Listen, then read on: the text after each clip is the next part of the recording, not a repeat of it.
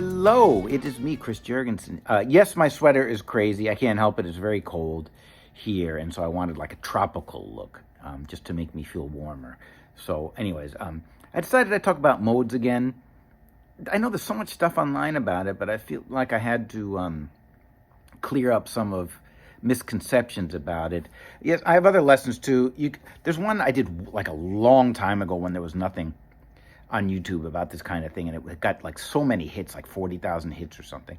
But I've come a long way since then. I think I can shed a little better light on this a little bit. More recently, I did one called Secret of the Dorian Mode, maybe, Embracing the Six. That's another one you can check out. But this is just one more edition. You can find chapters on this in my book, The Infinite Guitar, and The Infinite Guitar Companion, where I talk in great detail about this kind of thing. But also, this PDF will be available on Patreon if you want. So anyways, now, there's two trains of thought about modes, and people fight about this all the time online, and I think it's really dumb to fight about it. So basically, you can think of modes two different ways. And each different way has a benefit to it, and there's no right answer. And my opinion is that if you can't do both of these, think about these things both ways, look at a mode from two different angles, you're missing out a lot on what you can do with it. Okay, so the first way is what we call derivatively. Now, when you look at a scale, by this point of view, you're seeing Dorian, in this case G Dorian, we're working on today, G Dorian, as having the same DNA as its parent key. In other words, G Dorian would be F major. Okay? That's one way to look at it. Now, the advantage of this is that you can just think of a rule. And the rule is that, when you're looking at a chart and it says G minor 6, and you have to play a solo over it, all you have to do is think, the rule is major scale down a whole step, or a second, if you want to think about it that way. And what that means, if you see G Dorian on the chart, you play a solo, all you have to think is F major. That's the major scale down a whole step. And that gives you the right scale to play. There's no difference in the scale. In a theory class, there might be, because your theory teacher is going to get mad if you don't write it G to G. But when you're playing, you don't have to play it that way. The whole thing about the mode is that, it's the same notes as F major scale, and a lot of players see the major scale a lot better than they see different modes. So that's one way of looking at it, derivatively. Now, the other way is what we call parallel, right? And parallel is like you compare the intervals to like the major scale, right? So in that case, the Dorian mode is a 1, 2, flat 3, 4, 5, 6, flat 7 scale. And you would learn this pattern accordingly. You would learn a different pattern for every mode, when there's different patterns all over the neck. So the advantage of looking at it that way is that you know exactly what the intervals are, and it helps you understand the mode, and you can see the chord tones, and you can see the scale tones in a better light that way. So, the people who play derivatively, when they see G minor 7 and they want to play Dorian, they just play F major everywhere they can. Now, to do this right, you definitely have to be aware of chord tones and whatnot. But, a jazz player would say, well, why do you have to be so worried about the chord tones if you're playing modally? Bass player's playing the chord tones, and the chord guy who's playing the chord is playing the chord tones. Why do you have to? There's no good reason why you have to play, a G minor 7 arpeggio over a G minor 7 chord one. That's what everybody's doing anyways, right? So, and also the benefit of looking at it from a derivative point of view is that you already are very familiar with the major scale and the diatonic arpeggios, and those all go to good use against the the G minor chord as well. So there's no reason why you have to separate yourself from that to be able to play a modal scale. Okay, so, and then you know, a lot of people, like Barry Harris, would never really think of G minor as G Dorian, or even G minor for that matter. He's always thinking about the 5 chord, right? So he sees like C7, which is the 5 chord of F. So you see, looking at it from a derivative point of view has a big benefit. And when you play, if you understand both these methods, you can come up with much better ideas, and you can really play all the important aspects of the scale that way, okay? So now, but knowing it, thinking of a derivative, parallel, means that you know that it's a 1, flat 3, 5, flat 7 chord. And if you keep making a little chord out of the whole thing, you get a 1, flat 3, 5, flat 7, 9, 11, and 13th. And the 13th is what makes this the important mode that it is, because it's a minor scale with a 6. There's no other scales like that. So you have to understand what the definitive chord is, and the definitive chord for Dorian is G minor 6 or G minor 13. And it doesn't mean that you have to play that in the chord, but that's what the sound is of Dorian. So let's just listen to this, okay? Just listen to it for a second.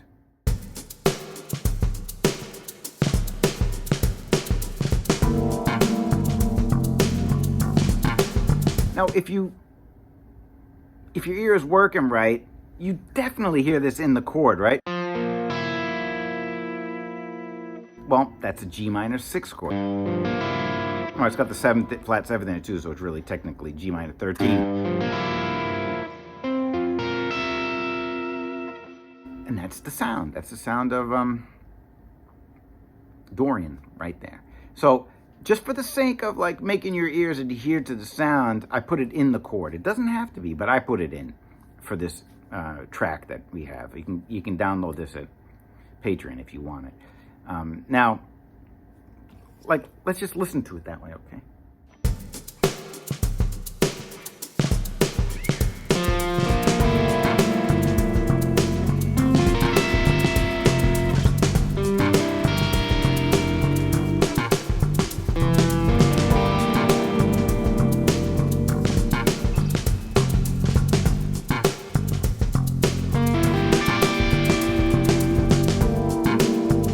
So that's the sound, right? So anyways, getting on to using this scale to its full potential, I generally think of a few different ways to think about, like what I call tools. If you go back to my lesson on fall, I talk about that in detail there too. But so this is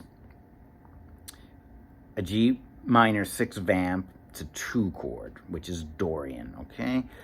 So of course, the first way that you want to practice this, if you're not used to this, is just play F major over the whole thing. If you want to learn it as G Dorian and play it, it's the same exact scale. You can learn it that way if you want. And that way you'll get the sound into your head. Okay, so let me do that for you here.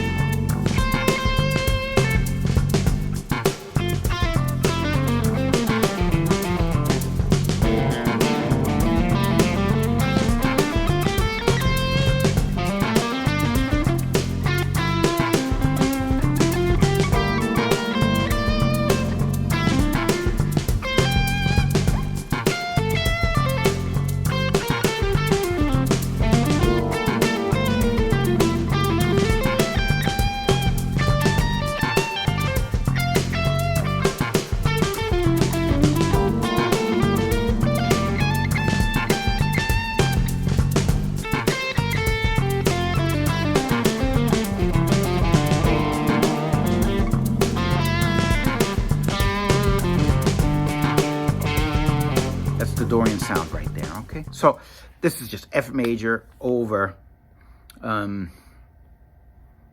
G minor chord, right? Now, of course, pay attention to where you are. You don't just, you can play it randomly until you understand the sound, but, pay attention to certain notes sound better than others, and those are the notes that you want to lay on longer than the other ones, okay? Next up, now, there's always going to be 3 minor pentatonic scales in every major scale, okay? And that's just the way it is. They correspond with the minor chords in the key, and that's why it's sometimes knowing this derivatively is important, because that makes it a little bit easier to see if you can understand that it is F major, right? So if it's F major, you know that the 2 chord is G minor, and you can use G minor pentatonic scale. You probably do this anyways. G minor pentatonic scale over a G minor vamp like this is really normal. But also remember, the 2 chord is G, but the 3 chord is A minor. That means you can use the A minor pentatonic scale over this chord as well. Next, we have the 6th chord, which is what? That's D minor, right? So you can use a D minor pentatonic scale over the G minor chord as well to get a Dorian sound. All right? So, but if thinking about it that way is too much thinking for you, and it is for me, just remember the rule. Minor pentatonic scale on the root, on the 2nd, and on the 5th. The root is G, the 2nd is A, and the 5th is D. All these minor pentatonic scales are going to work. You might not be able to play the same old licks that you always do, though. Why? Because the intervals are going to lay different over the chord. So you have to develop an intuition for the sound of these pentatonic scales over the chord. So let me just play a little bit, and I'll see what I can come up with, okay?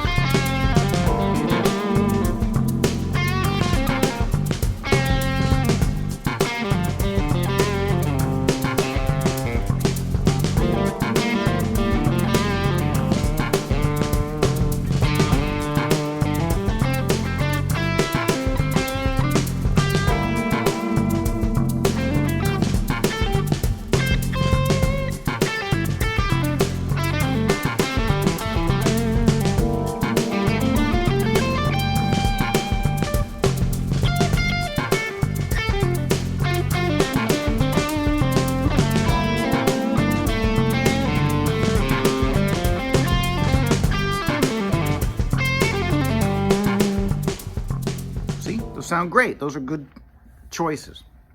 Next, so remembering, again, we're thinking derivatively here. If you know that this is the key of F, you know that the 3 major chords are going to be, they're going to be F, B flat, and C, right?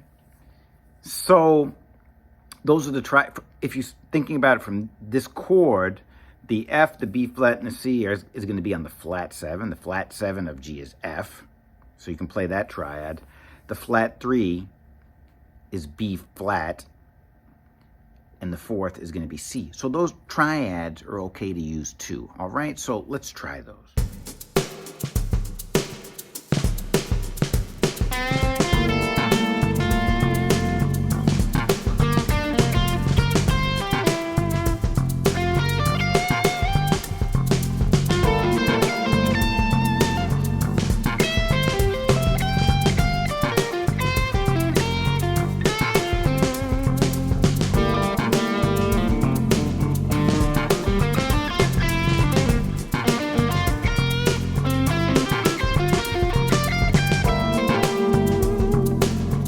Okay, now these are just, so generally I think these are 3 good tools to work with. The parent scale, meaning the modal scale, and the 3 pentatonic scales, and then the 3 major triads.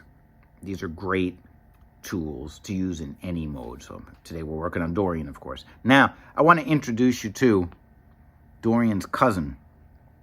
And I never talked about this too much in any of the other modal lessons I gave, but every major scale mode has a cousin.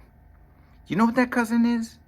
It's the cousin from the melodic minor scale, okay? So anytime you play a mode, to break up the sound, you have to understand that there's a cousin, and that cousin is from the melodic minor scale. Now, in this case, this is the reason I'm starting on Dorian, is because it's easy to introduce you to the cousin here, because the cousin for G Dorian is G melodic minor.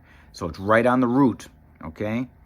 Remember, that's one choice. Now you have to be a little bit careful now, because the melodic minor mode is going to have one different note from the major scale mode. So it's sort of like a cousin that looks a lot alike, except maybe the eye color is different or something. You know what I mean? So it's that kind of thing. But sometimes that difference can be, well, I don't know, it has to be dealt with in a certain way, and especially if that one note difference, if it's a chord tone, it could cause some issues that you got to be careful of, right? If it's not a chord tone, like it's an extension, like it's an 11 or a 13 or something like that, if it's not in that chord, it's not going to make much difference, okay? So it's easy to mix it up. In this case, G melodic minor is a 1, 2, flat 3, 4, 5, 6. Up to that point, it's Dorian, the same thing, right? But it has a major 7. That's the only difference. So a G melodic minor scale is like a Dorian scale with a major 7, okay? So, you know, in this case, that minor 7 is in the chord, right? You know, so you have to be very careful. And so anything that doesn't necessarily match the chord so much, like it's like a major 7 against a chord with a minor 7, you have to throw it in a good location, which is usually an upbeat or something like that. And we do that a lot with jazz anyways, right? A lot of times we'll play, you know, a major 7 or an approach note. So that's perfectly fine. So let's see if I can make this work. Sometimes it works, sometimes it doesn't. Depends if my timing is on or off, right? So let's check that out and see if I can do it.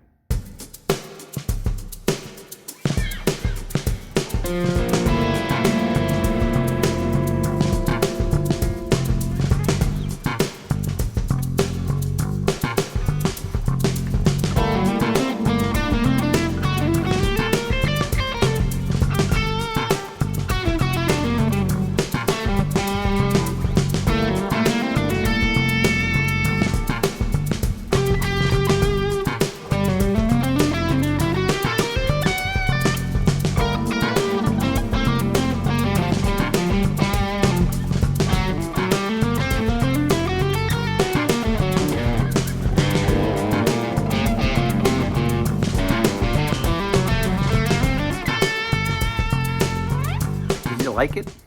I like it. I think it's a good sound.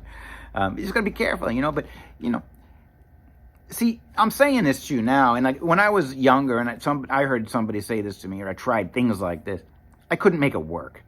But just remember that I can make it work. If I can make it work, you can make it work. So it's really just a matter of playing it over and over until you develop an intuition for where certain notes fall. That's all you have to do. You know, like I say, over and over again, believe in the process. Practice it and practice it and practice it until the sound becomes a familiar thing for you, okay? All right, so remember, and since you're playing the major scale, you can use Barry Harris's chromatic scale as well. You just got to follow the guidelines, but it's difficult because it's not swinging eighth notes like you usually use it over, right? That kind of rhythm. So what you have to do is you have to try to make sure those scale tones are on strong beats, but definitely the chromatic notes are on the upbeat, and then you can make it work. So you just got to be very careful, you know, how you place the rhythm. But you can develop it naturally, and that's sort of what I did. I'll do that in the demo. So after we're done here, after I'm done talking, you can watch the demo, and